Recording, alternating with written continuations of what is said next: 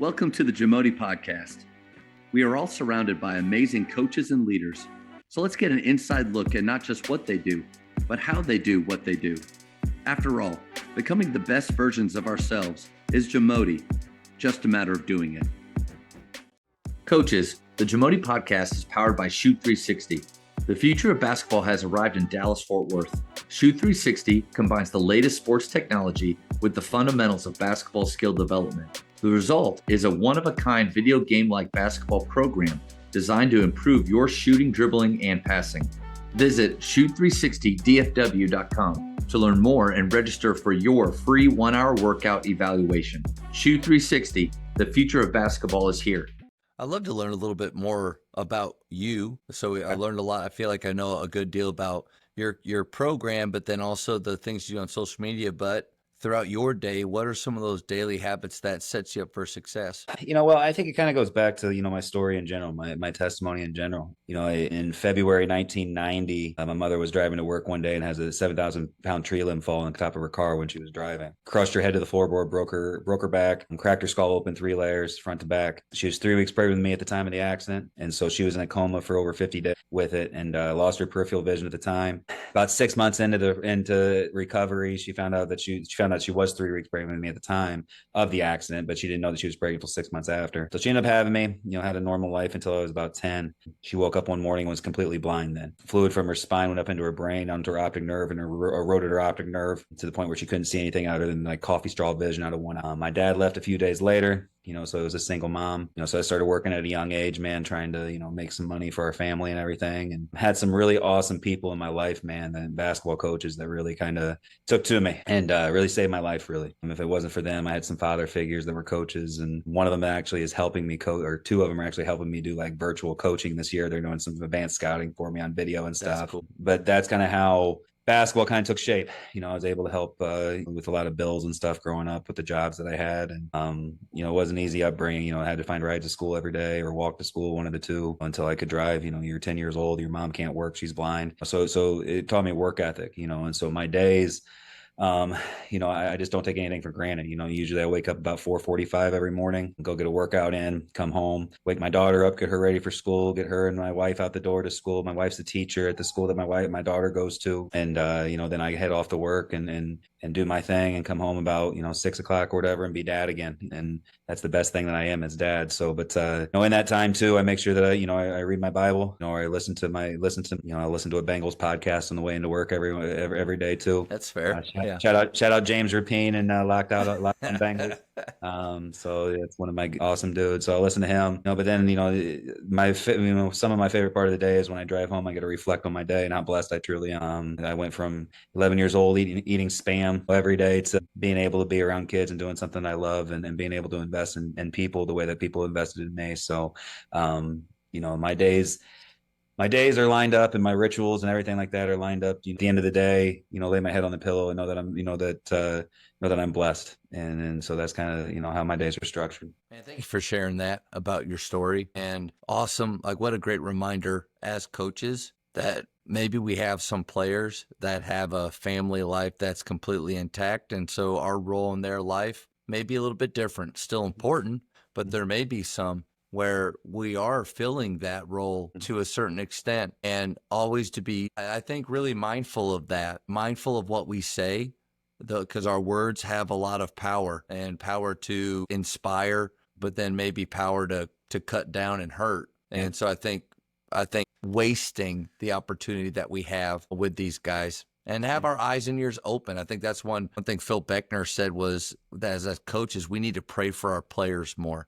Like actively have them a part of that part of our day. Jason Besta at John Brown had this really cool idea of having the names of his players on magnets, and throughout the day when he prays for them, moving the magnets over. Just constantly move them. And because if not, great plan, but you and I both know that the day's going to get busy and it's just going to start taking us. But so we got to be really intentional with those times. Absolutely. If you had to choose a few characteristics of what great coaches are or what they possess, especially with your background at a lot of different schools working for different guys, what are those things that make a great coach? That's a great question. I think that there's a lot of different things, right? Like you wear a bunch of hats. Yeah. I think the first thing is you got to be accountable, right? I think there's really three things, but the first is accountable. And I think that with that is you got to be accountable to yourself first and foremost, right? You got to make sure that, your priorities are what they are. I always wasn't great at that. Basketball is the first priority for a long time. And so switching that over to now being, husband, Christian husband and father first and foremost, and then, and then coaching and being a basketball coach is next, right? So being accountable to yourself, understanding that you don't know everything, right? And like this summer, I got kicked out of a game 2 weeks into my tenure here, but being accountable to than sitting out the next game, right? Being accountable to my actions, and I tell our players, like, I got to be accountable to myself. You got to be accountable to yourself as well. You miss a layup, it's 5 push-ups. You got to make sure that you do it, but being accountable to each other too, calling each other out, if you need to, so just all that stuff, accountability, I think is big, and then the second thing is you got to be demanding, right? Demanding of yourself, demanding of your standards and demanding to your standards, right? Whatever your standard is, whatever your bar is, making sure that you're there. And then demanding to your players, it's funny. Like a lot of kids want to be pushed. They do. They just don't know. They don't know it yet, right? And so you got to be demanding and demanding of what you can tolerate, right? And then the last thing is you got to be loving, man. You got to make sure that you love your family, you love your players. There's different types of love too. There's tough love, there's soft love, and you got to figure out what makes those guys click. And one of the things I think that I'm big on, there's two things that I'm really big on. One is like you got to win their hearts before you can win their minds. And so my goal is to win every one of my players' hearts, because it doesn't matter what I say or what I want them to do. If I don't have their heart and they don't trust me with that, then it's never going to get to their mind. And then the second thing is, and I used this when I was recruiting, and I always meant it. And I mean it even more now in high school is whatever your dreams are, they're my dreams. When you play for me, you're my player. If you have dreams to be in the NBA, like when I had college guys, like they had NBA dreams, so I had to treat them like it, because their dream became my dream. And if they wanted to play professional basketball, like, okay, now I'm going to hold you that standard, and I'm going to be demanding with it. I'm going to hold you accountable. So they fall into those other two categories, right? So those two things. But I'm just really, really big on transformational relationships. I think that so much of life right now is transactional. What can you do for me? What can I do for you? And just get out of the way, right? And I want these to be transformational relationships. I think if you have those three things as a coach, and that's when you really start to transform minds, transform lives. Because at the end of the day, if I have a kid for 4 years in high school, and he's the same kid as a senior as he was a freshman, I didn't do my job. And so that's big. But it all starts with the heart, man. It really does. If you can win that, then you can win anything. I like those aspects there. One thing I totally agree with you said about, I love the idea of their dreams becoming my dreams. And I don't know if I've ever really thought about it that way. I think it's important to know their aspirations, know their goals, because then you can hold them accountable. You can hold their feet to the fire for what they said they want. I wonder how many coaches, and I've probably done this before, don't really know what their dreams and goals are, but are holding them to standards that they don't fit, they don't want, or they should even be higher. So you got to spend the time to know what those dreams, to know what those goals are. And then a question for you I had was winning their hearts. Yeah, super important. What are some ways that you go about doing that? Well, I think every kid's different, right? Like every kid, like you said earlier, like some kids have a more stable home life. Okay. So winning their hearts might be, it might be something softer where you just show that, hey, like, I care just a little bit different, right? Or I push you a little bit different. Some kids, they need soft love where it's like, hey man, everything's good. Some kids need push. I have a senior right now that if I don't yell at him at practice, he thinks that I don't like him anymore, right? Like it's like, if I don't get on him, he thinks that I don't. I think, but the biggest thing is if you're just genuine, right? You're just yourself. Like, I think that good coaches have a good pulse on being able to be different with each kid. One of the things that Tick Price taught me is, you got to be able to sit in a boardroom, but you also got to be able to sit in the living room. And so you got to be able to do both. And I think that that's huge, because every kid's different on how you win their heart. Right. But at the end of the day, if I'm consistent in what I'm saying, if I am genuine in what I'm saying and I'm myself, I really do believe that that's how kids see through your BS, right? Like they see through it. Like they see through the fakeness and they see through that. But if you're the same person every day, you're preaching the same thing every day, you're holding them to the same standard that they want every day. That's how you win their hearts, right? Is the trust issue, the trust thing. So you can't, Coach Krill said, you can always smell a phony.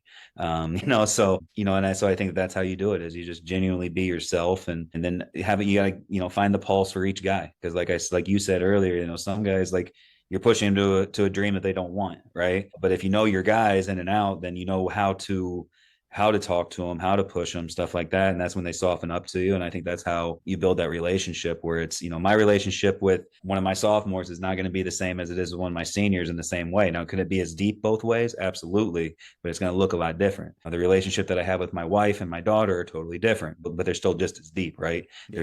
There's still a heart there. It's just, it's just a different type of relationship, right? Yeah. And so it's the same thing with your players. That makes a lot of sense. I like that. I like how you made the distinction between the sophomores and the seniors, your wife and your daughter, but that makes a lot of sense. And I want to piggyback off it a little bit. How do we get to know their aspirations? How do we get to know their hearts? It's time. Like, you got to spend time, and you got to be intentional with that time, because if you're hoping that the time comes, you're basing your game. Like, I think one of the worst things that players can do is base their game on hope. So when I drive into the paint and I launch off of 1 foot, but I have no clue really what I'm doing, but I hope something's going to open up. Hope isn't a plan, man. That's right. Horrible recipe. But well, I think that, going back to that though, I think that, it's something that I learned is like, and I learned this when I was an operations guy. If you sit and you listen to what people say, you can tell what they really want. So like when I was an operations guy, like I would ask my boss, like, what he wanted to do for travel or something like that. But like, if I really just sat back in the office and just listened to him talk about different things, I could figure it out without ever asking him, because he would say, people only talk about what's important to them at the time. Right. So if you really, really sit back and you listen to your players talk and you listen to what they're telling you, if you listen to them, you don't have to ask them. Because like they'll say kind of what their goals are, what their aspirations, what it really means to them.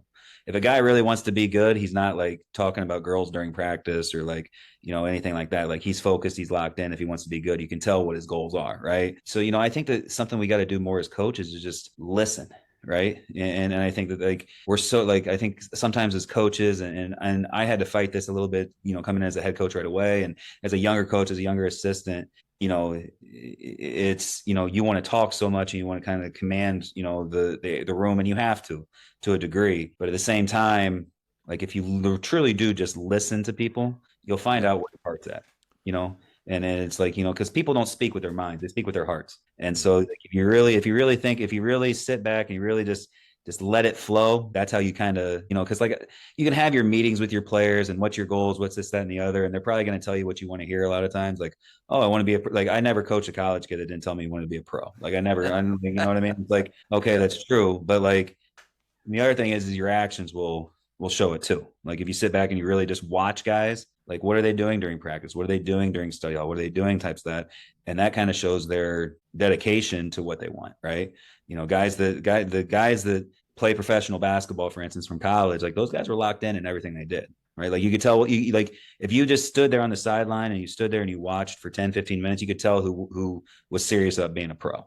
Yeah. And you could tell the guys that weren't pretty quick too. Right. And so, like, I think just those two things, just listening and observing, like, if you do those two things, like, I think that you can really find where guys are. I think you need to have time. You need to have meetings where there's no agenda. The majority of times where we have one-on-ones with players, it's because we have something we need to discuss with them. Maybe it's a grade thing. Maybe it's an issue from a practice formal. But if you could have them come in, and so what I do is, and I borrow this from a coach, is we do 10-minute meetings. First 5 minutes, I get to ask questions. And sometimes early on, it's going to be the first for us, because we're a Christian school, is, how's your walk? So that's the first thing I like to ask. I like to kind of follow it up with something fun. Who's your favorite superhero? Because I think who's your favorite superhero actually says a lot about the kid, the same way that who's your favorite player says a lot about the kid. They typically say the player that maybe they kind of want to be like or emulate sometimes. You get a lot from that. Yeah. But I have my timer out and I have those 5. And then after the 5 minutes, I say, you go. And I sit there, and some kids come with their phone and they have things prepared or they have them written out. Other kids just stare at me. Yep. And I just tell them, I was like, I love awkward moments. I can lean into this for 5 minutes. Be comfortable being uncomfortable. Yeah. But the giving them the time to speak and without it being a leading thing from me. Like, hey, I want you to come today and talk to me about how you are as a teammate. Okay, maybe you get some good stuff from listening to that for sure. But man, just put it on them to fill the space and see what happens. Yeah, I think kids, I tell our guys all the time, you got to be comfortable being uncomfortable, and that's a good point. Because the other thing is kids don't know how to talk to the adults, man. They just don't. Like at our golf outing, I forced them to sit on each tee box. And as people came through, introduced themselves and talked to them. And they were terrified when it first happened, but it was really good. I mean, it was good for our people to come through and meet our players. And I thought it was really cool, but it was just good for our guys just to learn to like shake a person's hand, look them in the eye, because those awkward moments, like I thrive on those as well. Like I like the awkward. It's funny during practice, I'll like say like something about like a superhero, like you're saying, or something like a TV show that they never have heard of that like was like a little bit older, like, and just the awkward, like they like I think it's hilarious, guys think it's hilarious, so I'm like kind of laughing, and my coaches are laughing with me, but they have no idea. So it's good. No, I like that idea though. That's good. Thank you for checking out today's episode. Please take a moment to subscribe to this podcast, share it with your fellow coaches, and find us on social media for what's coming up next on the JAMODI Podcast. It's just a matter of doing it.